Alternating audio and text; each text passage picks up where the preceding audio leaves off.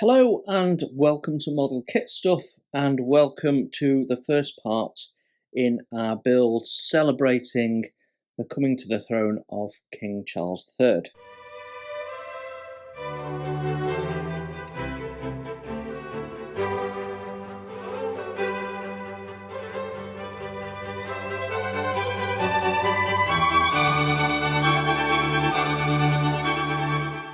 So the association with King Charles III and the de Havilland Chipmunk is that as the Prince of Wales, he learnt to fly and I think even had his first solo flight in the Chipmunk. So there was a particular Chipmunk, part of the royal flight at the time, and a number of royals flew it, learnt to fly in it, and Prince Charles also flew it. So that's the connection. Now, that aircraft is in existence still, and there is one or two colour photographs of it knocking around. There are no colour photographs that I can find, at least, of Prince Charles in the aircraft. I have seen one of him taken with the aircraft much more recently with his son. So that's why we're building this. I've stopped everything to build this. It's my sort of tribute build, if you like. Now, we can't actually build the exact aircraft from the contents of the kit. Partly, we've not got the right decals, but I have ordered the correct decals. So they will be coming hopefully in a few days' time.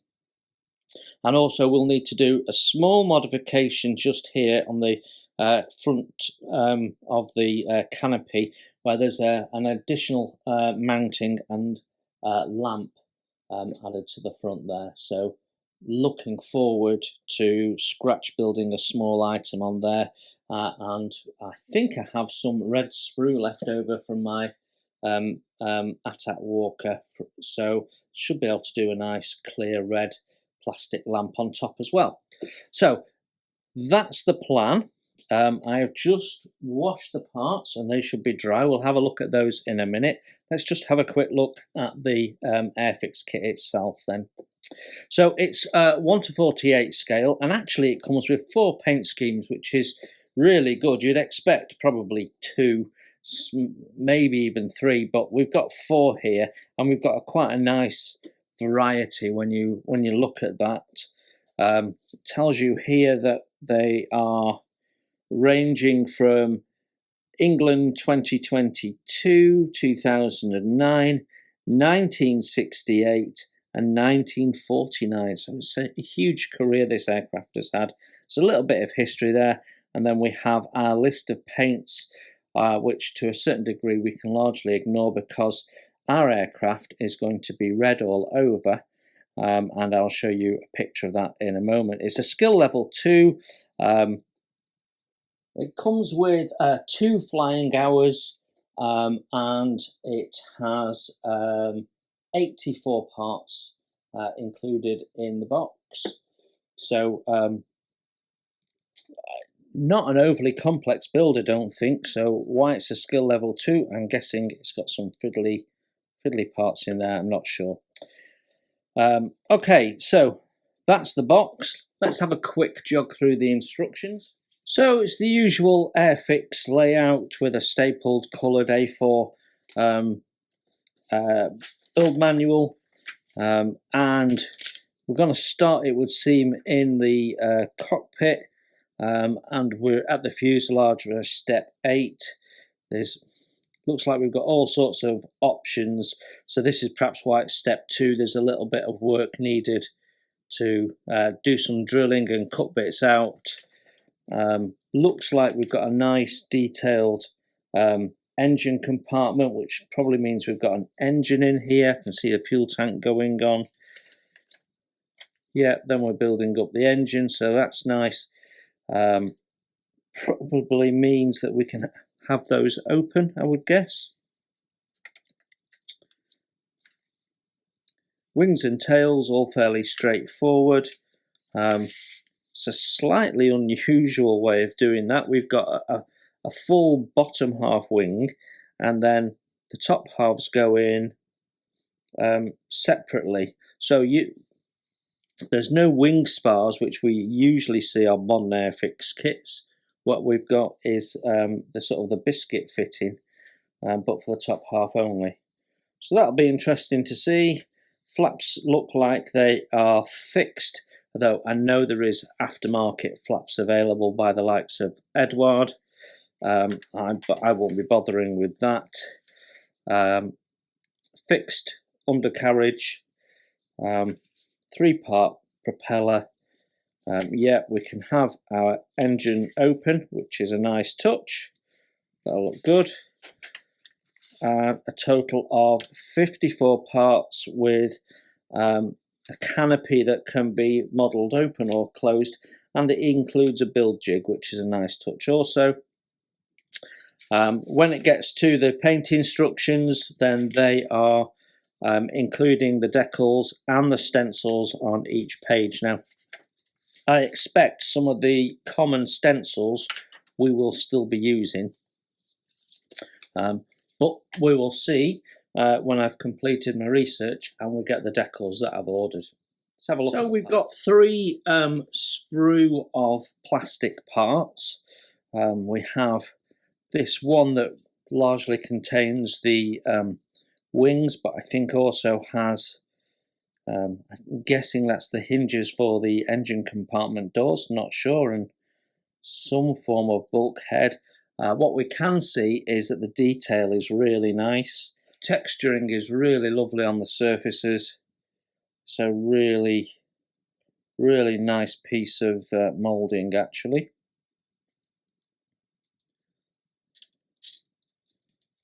And then, sorry, my light is being messed with by the sun, unfortunately.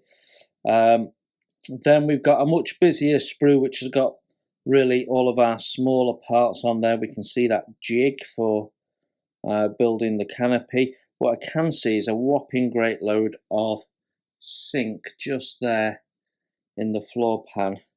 It's a big chunk of plastic. They could have engineered that out. They could have made that big part differently, but can't see zinc anywhere else. We've got no flash. Everything's nice and crisp, he says. I'm not sure if that's flash or detail because I've only got my reading glasses on. The cushions look really nice as well, but your harnesses are moulded in one set way for both, which some people will like and others perhaps won't. Our engine block looks nice, as does our engine wall. A little bit of research to pick out the individual colours. Single piece moulded tyres, which are weighted, and they're also keyed at the back for mounting, which makes that nice and easy. Yeah, that all looks nice. And then our final sprue has got our fuselage halves on. We've got some nice detail on the interior there. Got our bit of tail section, engine covers, and 2 crew members. So a pilot and a trainer maybe. Possibly a little bit of flash on that part. There's our control stick. So lovely texturing again on the outside of the fuselage. So all in all, a nice looking aircraft. Just have a quick look at the decals. Like I say, majority of these we won't be using, but there is some dashboard decals there, which look quite nice. There's 2 there. So I'm guessing that each one of the crew members has their own set and that they're identical. Yeah, so there isn't much in the way of common decals on there, and we might not even be using many of those. So it will be down to a little bit of research to see what we want to pull out from these others onto the Royal Flight Chipmunk. Right then, let's get on with the build. I've already got some options on the first page, so I just want to take a look at that. What we're going to do is build it up in sub-assemblies, but I can't take it much further than that until my aftermarket arrives. So what I've got coming on the aftermarket is some 3D decals which replace these cushions, give me seat harnesses that will actually go over the seats rather than just be collected on the cushion, and some 3D dials. So I want to have a look at that and make decisions on what I'm doing. I've also got a paint mask set for the canopy, so I don't need to worry about that just yet. And then I've also got the decals coming. So in terms of the construction, we can get everything up to the point where it's ready to paint. So we can do most of it. It's the cockpit area that can't quite do. And of course that's the start of the build, and we need to do that before the fuselage halves. So we'll build it up as much as we can. Now at this stage I'm not planning on putting the pilots in, so they can go in the 148 stash of parts for future aircraft, because Airfix have clearly said they're going to stop putting pilots in. It reduced the costs for them, and they believe that most people actually don't use them, which I suppose I'm reinforcing right now.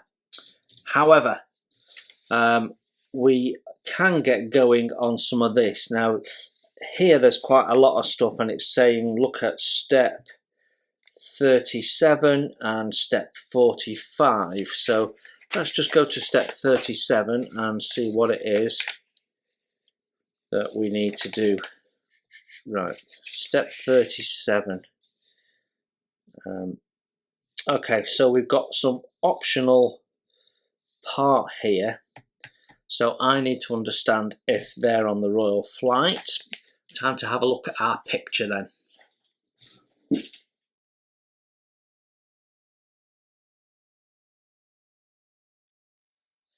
Okay, so quick look at our research pictures, and it appears that we do have these little slats, whatever they are, on the side of the fuselage there, so we can ignore option D and probably go with A throughout our build. Now it also says here that the cushions are only used on restored aircraft. Now currently it is, I guess, a restored aircraft.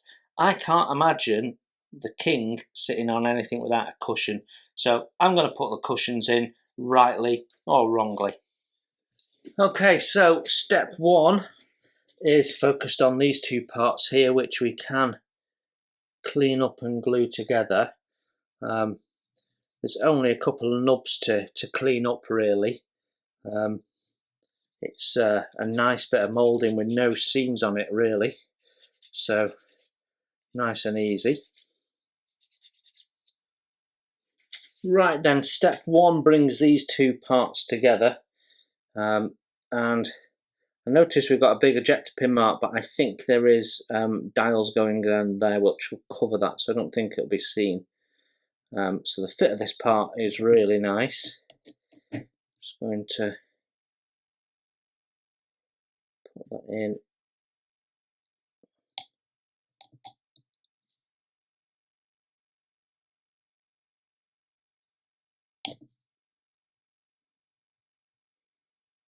Okay, that's our first part in.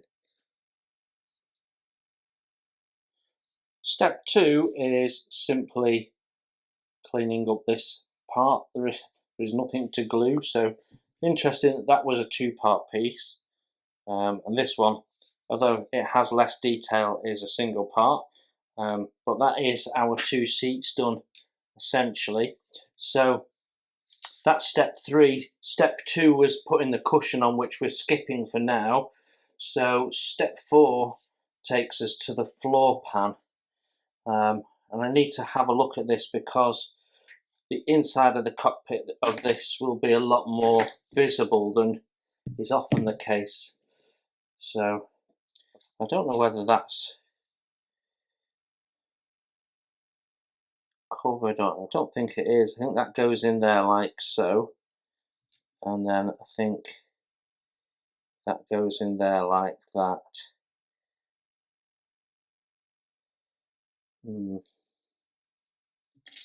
That's rather annoying, that, isn't it? Best way to fix that, don't know. I'm tempted to say let's put a pilot in, because the pilot's feet might just cover it up. Let's have a look. No, don't think the pilot's feet are wide enough.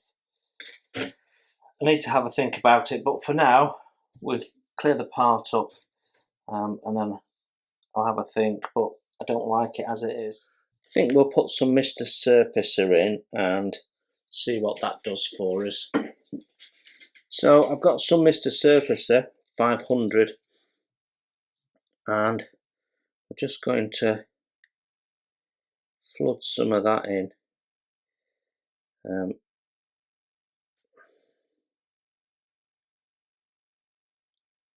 Then we'll clean it up once it's dry. I suspect when that shrinks back we might need a second coat, but we'll see. For now we'll leave it like that and just clean up the other parts as required. I don't think we're going to need any more of this. I couldn't see any other issues when I was looking at this, so we'll leave it at that for now and put this away. Right, we have some holes to drill in this. The instructions tell us they need to be 1 millimetre. I always go a little bit smaller than what's being asked. This is a 0.8. I'd rather open up the hole than find that it's a bit slack, if that makes sense. Well, this appears to be about the right size, you see.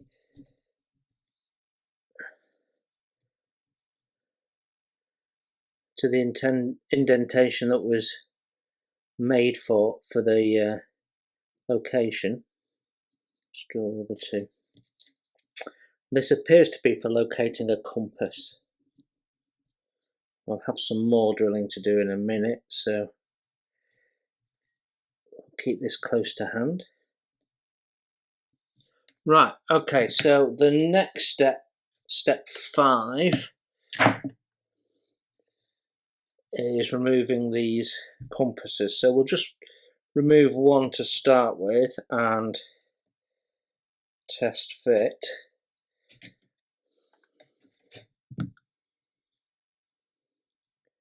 Quite a fiddly little piece. Yeah, the pins are much smaller than 1 millimetre, so that 0.8 has worked out just fine. Okay, right, so these get painted in 126. Now I've only got that in enamel, so what I'm going to do is I'm going to clean these up and mount them on a bit of blue tack, and we'll get them painted straight away, which will allow them to dry.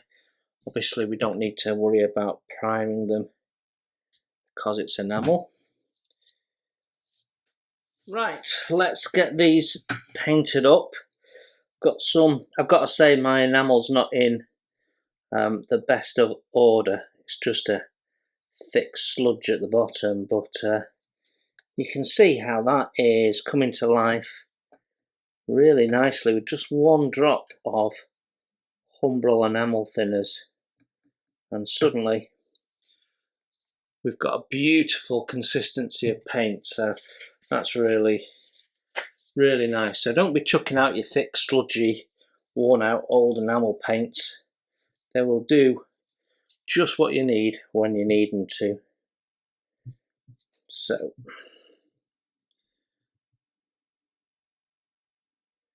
no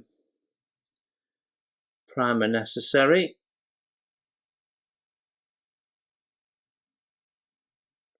And all these parts were washed before we started the build.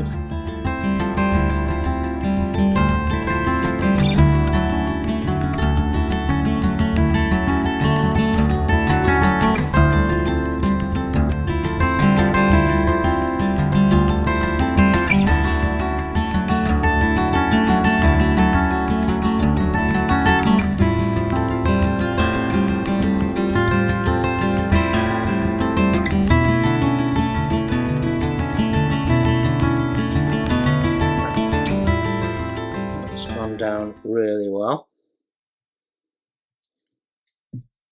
So I'm going to leave them to dry. I'm just checking if I've got anything else that I need to be painting 126.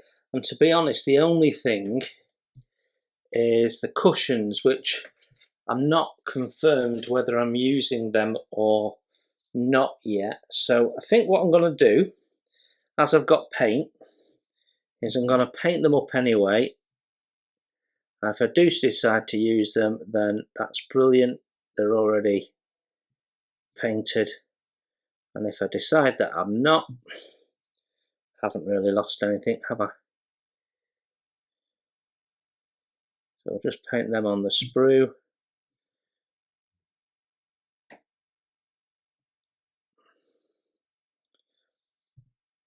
And the other thing about enamel paint, of course, is quite often you need less paint, as in you only need the one coat.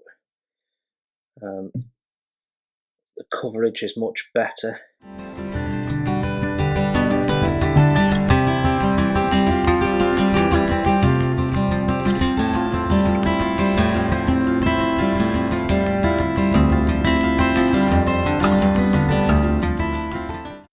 Okay, let's just check through this and see if there's anything else in 126.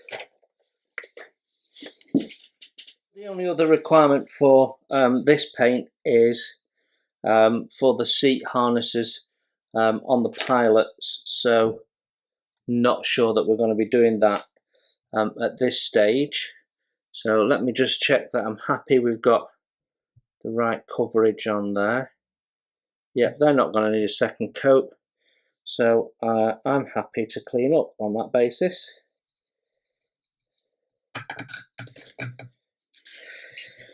Right, there is some really big, bad and ugly sink on both sides of the fuselage there. Just where the tail meets, it's just a big chunk of plastic at that point, so it sinks.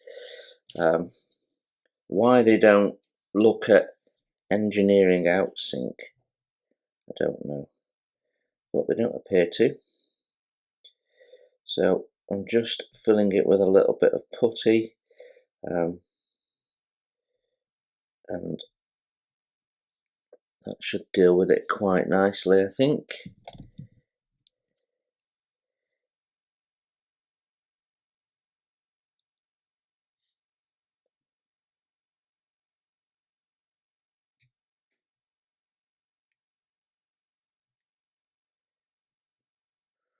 I'll just let that dry.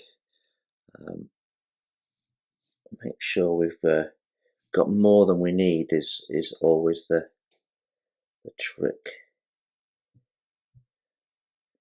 So as then we can sand it back down into shape, of course. There we go. So I'm using Humbrol's model filler for this job. It's nice, quick drying, bonds well to the plastic. It's just a good all-rounder.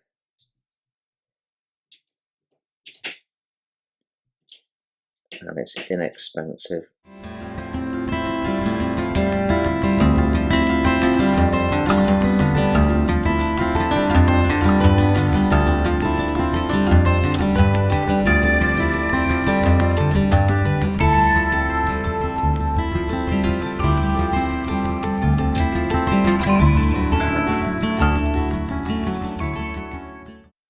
That was a nice, quick and easy solution.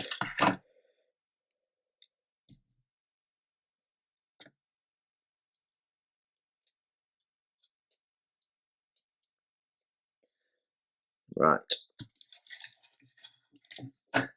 So that is the two fuselage halves prepared. Now, if we look on the inside, we've got some ejector pins to sort. So that one I think is slightly raised. Yeah. So that's a chisel job. That needs filling, and that is going to go in there like that, so that one will not be seen, and everything behind there won't be seen. So a little bit of Mr. Surfacer in there, and we've got our Mr. Surfacer dried now in here, and we need some more in that big one. And what I want to do is just put the texture back in. So what I've done is I've run through it with my blade just to break it up a little bit, and then I'm using the back of the blade to open it out. And hopefully when we paint it, it won't be noticeable.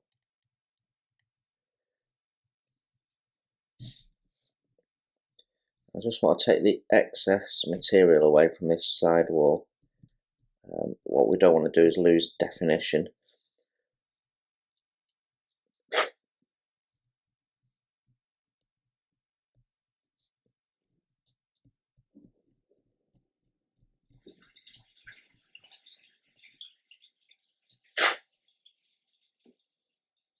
There we go. Right, bit more Mr. Surfacer.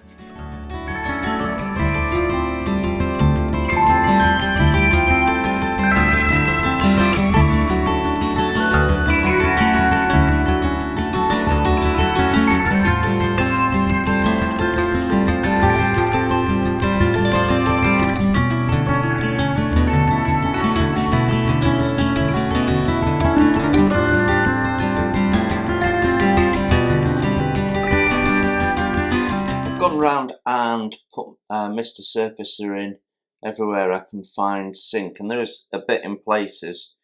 That's probably the worst part. And the sink is only slight, but I don't like to leave it. And actually, I've got some flash on here as well. I mean, it's really minor, but it's noticeable that because we don't really get it on Airfix kits anymore. So, yeah, quite interesting. Anyway. Our next part off, while we're waiting for Mr. Surfacer to dry and before we can dress that, is this bulkhead here, which goes in the tail wheel bay. So we can clean that up and we can actually glue that in ahead of fitting the two fuselage halves. So that's a nice easy fit. And I think my next job is actually to do a little bit of research on the cabin. So Airfix have you painting everything in the cabin in this Humbrol 85, which is a satin black colour, and I'm sure there would have been different glosses. Even if they were black, there'd be some different materials, slightly different shades. So I'd like to understand that and try and add a little bit of realism to the cockpit by emulating that. So my next task is a little bit of research on Chipmunk cockpits.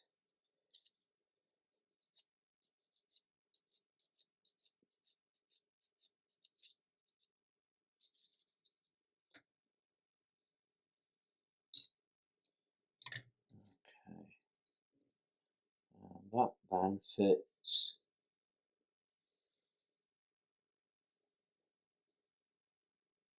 I'm guessing that the lump. No, it seems to show that the lump faces inwards.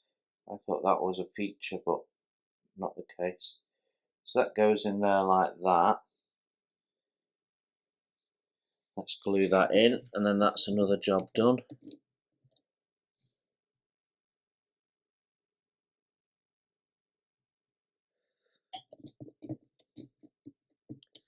You can see that we're going to need to add a bit more Mr. Surfacer in there.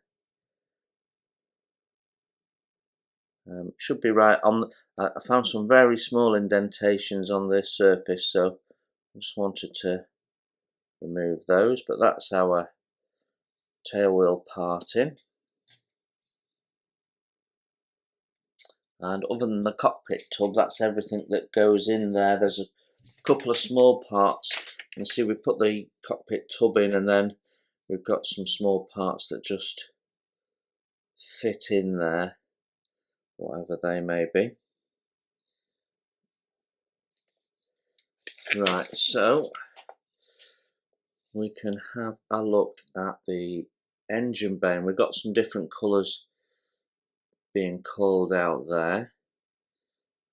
So we've got silver. What's 54? Not, can't remember what 54 is. We've got the black, and then this is cockpit green. So where the interior is black, the engine bay is cockpit green. And I'll be doing that enamels as well, I think.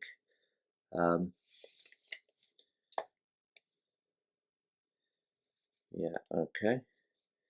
And then we've got that bit where the Mr. Surface is drying. Yeah. And then we've got to make a decision. Now, it appears that they have an option that only allows you to have both sides of the engine door open, and I might want to have just one closed. So I need to think about that. But engine bulkhead is next, so those parts are both on the C sprue. Right, moving through this, and I'm trying to get together the bits that are going to need to be painted in the interior green, the 78 colour. I've got to say, there's a lot of cleanup on this in terms of sink and that sort of stuff. There's a lot of sink in this. Really surprising for a new Airfix kit. It's certainly not to the same standard as other kits that I've reviewed and built recently from Airfix. So the Mosquito, the 172 Spitfire and what have you. It's not at that standard. There is a lot of work needed in the way of getting things right before we fit them. Anyway, putting that to one side, generally the fit is going together quite well. So there's little bits and pieces that I can't do, but there's other bits that we can do. So I want to get all the 78 painted parts together. So that's the engine bulkhead, this top bit here, and then we've got the inside of the engine covers to do, and they need, as you can see, sorting out. We've got a lot of ejector pins to sort out there. We can also build some other stuff. We can get tail pieces together, and also we've got the engine block we can build up. So and some of these parts will need to be painted in the 78 as well. So we're going to work on the engine and the engine compartment next, I think, whilst I've still got Mr. Surfacer drying on various parts of this. So I'm not quite ready to do any painting on that just yet.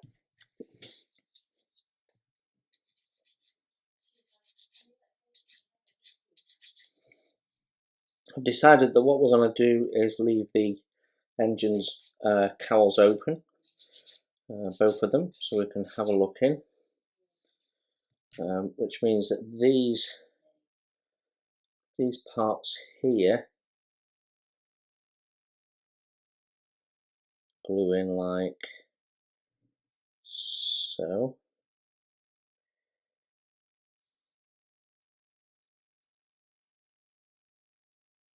And then we can mount the engine cowling on that. What I do want to do is make sure that I get them straight. That looks good, so let's glue those in.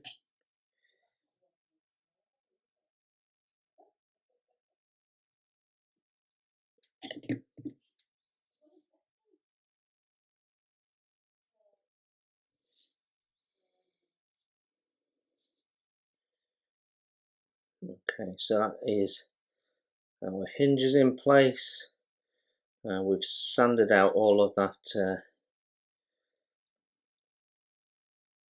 We had quite a bit of sink along that strip there, but yeah, I'm happy with that. What I do is just check that they fit in here like so. So that one would be on that side. Right, okay. That seems about right. So these will need cleaning up and painting as well. So let's take these out while we're at that.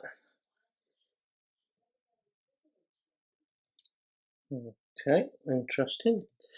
Right, those are our parts there for cleaning up at that end.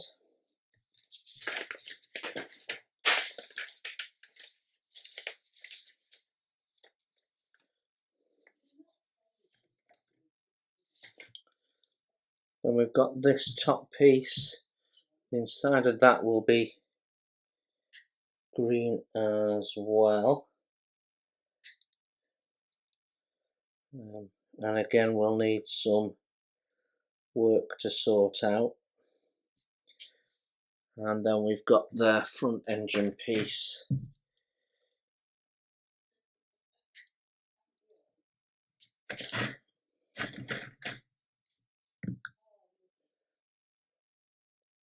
And that's not so bad, that bit. Okay, so I have progressed the build a little bit over my Saturday night live stream. We did some of this, so let's just talk about where we're up to and recap a little bit. We've done the chairs, as in we've built them, and we have now got the floor pan done, so we can build that up further. We've got a fuel tank that we've had to put a little bit of Mr. Surfacer in, but when cleaned up, that looks really quite good. And then we've got these two little side pieces which plug into the chairs there on one side inside the cockpit. On the fuselage, we've done some Mr. Surfacer filling. I've still got that one to sand back, and we have sanded back on the inside there. So that is still to be cleaned up. This side has been done. You can see there was just a couple of little sink dimples, and then we also had some sink at the back that's been sorted out. I think what we'll do is we'll put some primer down and see what that ends up looking like. I've also put in these little fins, which is a later step in the build, but we can do that now. It makes no odds. What I will say is I used a 0.8 drill, and that appears to be oversized. So the instructions ask you to use a 1mm, but I'm going to say probably a 0.5mm would be a better size. Save you having to mess around filling it like I'm going to have to do. So I've got a little bit of filling to do on there. We've done the underside of the wings, which is a single piece. So we just have to take that out and clean it up. Detail on there looks lovely. And we've glued the wing spar in. So that is sort of ready for fitting now. That clips into there like that, and then the top wing fits in biscuit fitting style into the top. So be interested to see how that goes. But that essentially is ready for building, other than we've not put the clear glass piece in, and I don't know what colour should be behind it, black or green or what, or even silver. So we'll have to have a look and see if I can find a reference picture on that. But essentially that is done for now. We've also built up the tail piece, so it's a single underneath piece and then two separate tops, the same way as the wings build up, and then it pushes into place, and what I've found is we will have a little bit of a gap, a tiny gap to fill, but nothing really. Then we've got the engine bulkhead, which I have painted in Humbrol 78, brush painted that. It's had one coat, no primer. Obviously it's a enamel, so we don't need to worry about a primer. I'm going to give that a second coat, as with all of this green stuff here. So the engine covers have had one coat on the inside, and this piece here, which the engine covers mount onto and also becomes top of the fuselage. So that all needs, that's the bottom of the engine bay as well, which will hardly be seen. The engine sits on there and you hardly see it, but I've painted it in anyway.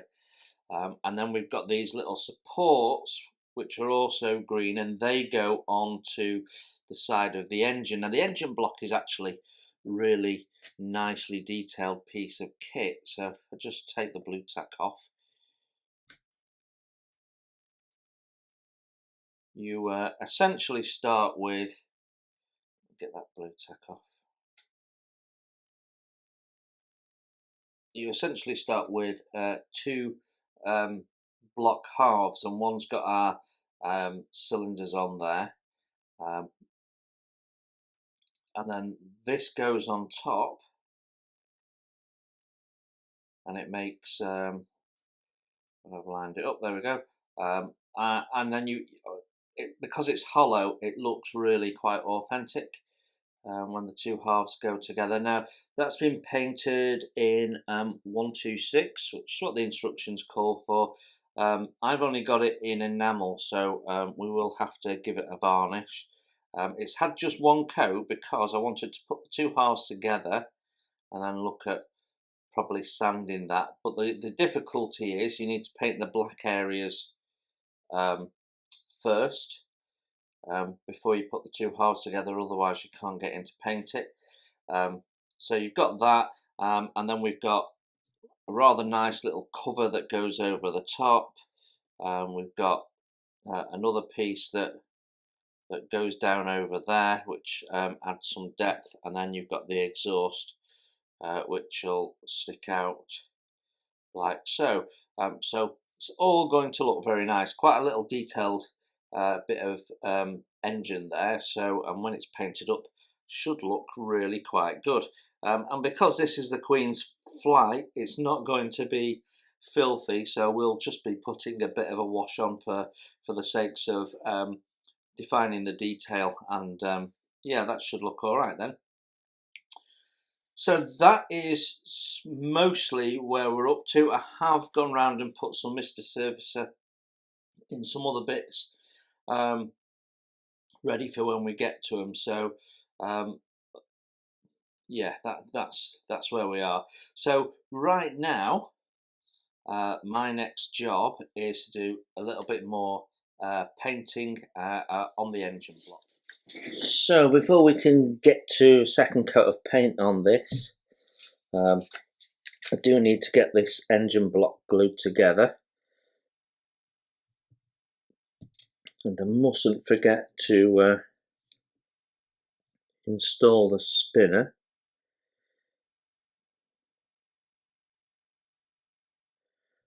There is a little bit of a seam on this which is going to prevent it from spinning, so I'm just going to clean that up.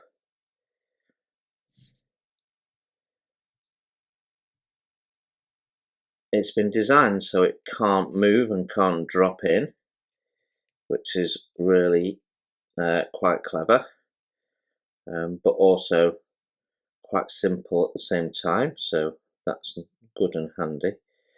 But the tolerance is such that it ain't moving unless you've removed all of that seam. So, right, let's plop that in. So this should not pushing, which it doesn't.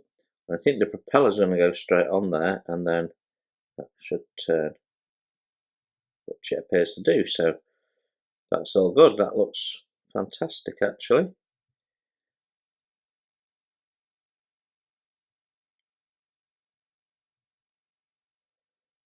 Only my two engine halves aren't quite going together.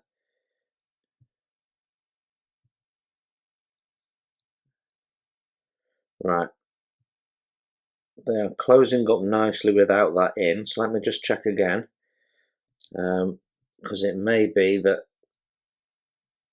this is slightly oversized and therefore forcing it apart a little bit.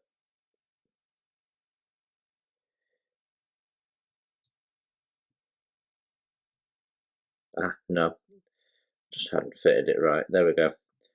That's good. So I'm just holding it open so there's a little bit of a gap. I'm going to run my glue in to the bottom there. Hold that together. Okay, so we'll give that a moment to dry off, and then we can come back and paint that. What we can do is revisit the green.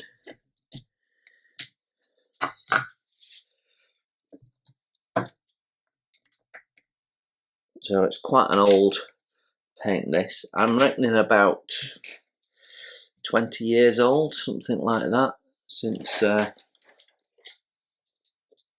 originally bought it, and it's definitely seen better days, but there's nothing wrong with it. Just needs a bit of thinning, that's all.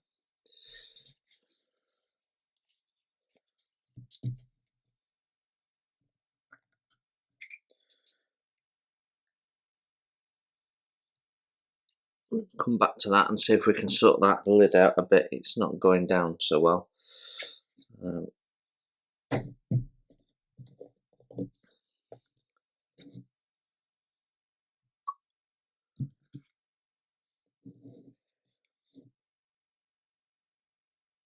So this is just Humbrol enamel thinners.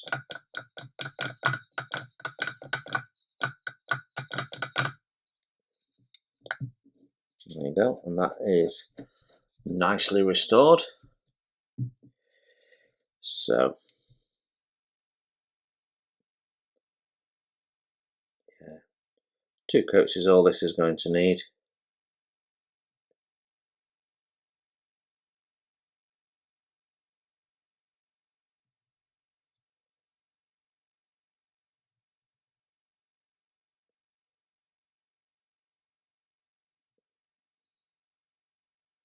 Yeah, that's looking great already.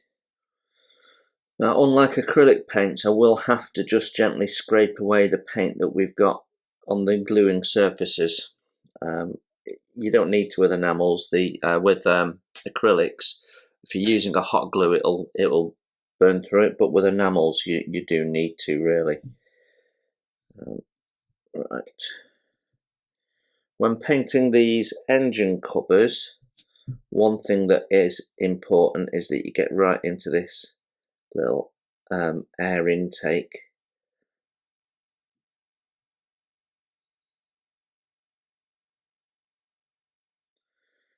Okay, now the way I painted these last time meant that we had a little part of the piece that wasn't painted, so just need to paint that in. My paint is a little bit thinner second time, so I will need to go back and give that a further coat in a minute.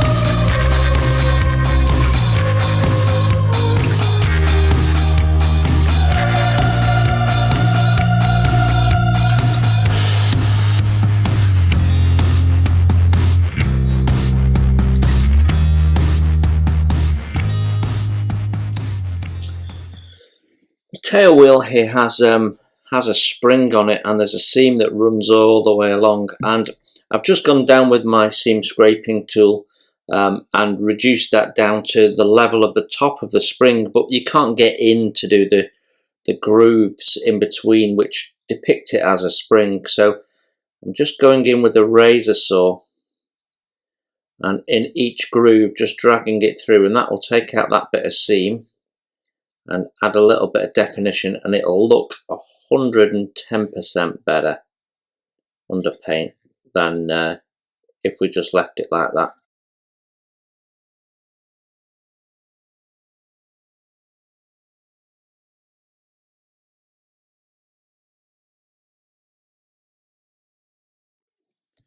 Yeah, I think that will look a lot better when we get some paint on it. So once we've got all this mould seam off, that actually looks a really nice part. Happy with that. When you're getting down to this sort of detail and you've got these tiny intricate parts, I always think the best way to look at them is as a model in itself, and look at the part as a model and go, right, okay, let's do that as one mini project. And my project right now is to build this wheel strut, and that means that you look at it closely, you look at it at all angles, you think about what's it going to look like under paint, what bits you want to pick out, what could be better, and you apply all of those thoughts to that one part, and you end up with a really good looking part at the end of it because you've not rushed it.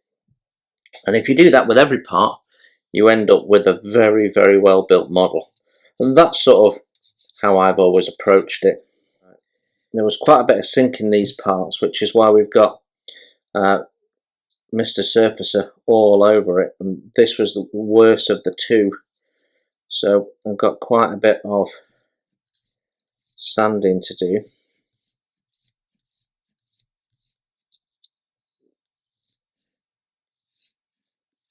So this one part will have 3 colours on it.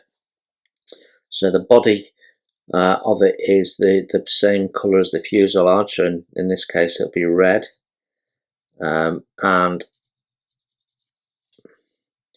the actual moving parts will be, well, it calls out number 11 silver. Whether I'll do it that or whether I'll do it in something else is yet to be seen. And then the strut is actually black, so it's a little bit soft moulded, that part actually. But what I might do is paint these parts first, just to try out the red. So in the instructions, the aircraft that have red on it, they're calling for 174 signal red, which I have as an acrylic. And I'm guessing, because it's also the same colour they call out on this, which has got a lot of red on it, that it's probably the same red that was used on the Royal flight. So I want to see if it comes out bright enough. So painting some small parts might be the way to look at that. And then if we're not happy with it, we know that we need to change that a little bit. I do have gloss red 19 as an enamel, but I think the signal red with a gloss varnish may just be a closer match, so that's what we're going to have a look at. So yeah, it gives me an opportunity to play a little bit. And I've marked off an area behind it, so I'm guessing it's a silver light, and we'll paint that silver. Right, I don't want to put liquid cement in there, so let's get a different type of glue for that. So any PVA glue would do for that. I'm using the Ultra Glue just because I have it, not because it's best for the job or anything. In fact, as a glue, I'm not massively enamoured with it. It's just a slightly reformulated PVA, really. I certainly don't like using it for photo etch, which is something it's primarily suggested as using it for. But for this, the part's not going to fog up, which is what we want, and there's no stress going on it because it's not a particularly strong bonding glue. Just be careful of it because, unlike its claim, it doesn't actually dry clear. It's ever so slightly milky, but has a slightly yellow hue to it.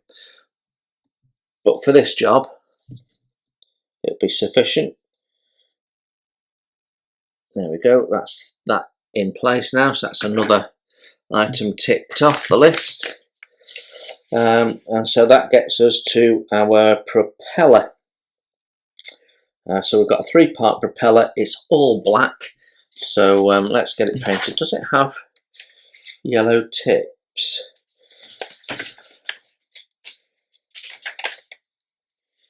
Yeah, it looks like it's probably got yellow tips. Right, so let's get the propeller done. Okay, we'll start with this back piece then.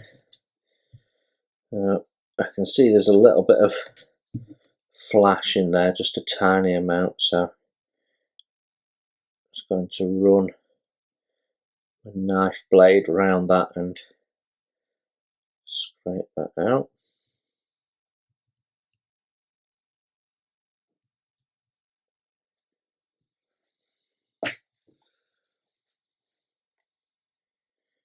Okay, that's the back piece done. So I'll do the prop next, and I'm really pleased to say that the sprue gates are on the centerpiece and not on the blades themselves. And as I look at the blades, they are really nicely done. So I'm just going to check that there is no microscopic seam on there that I can't see.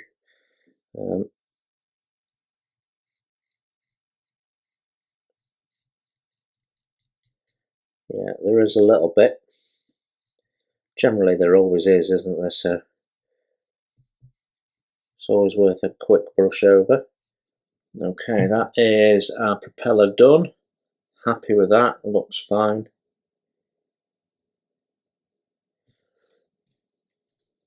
So I'll put that to one side to dry, and what have we got next? We've got some tiny components that I don't want to put on just yet, and we're not doing that, and we're not doing that. Okay, so the only thing we've got left is really to build up the canopy.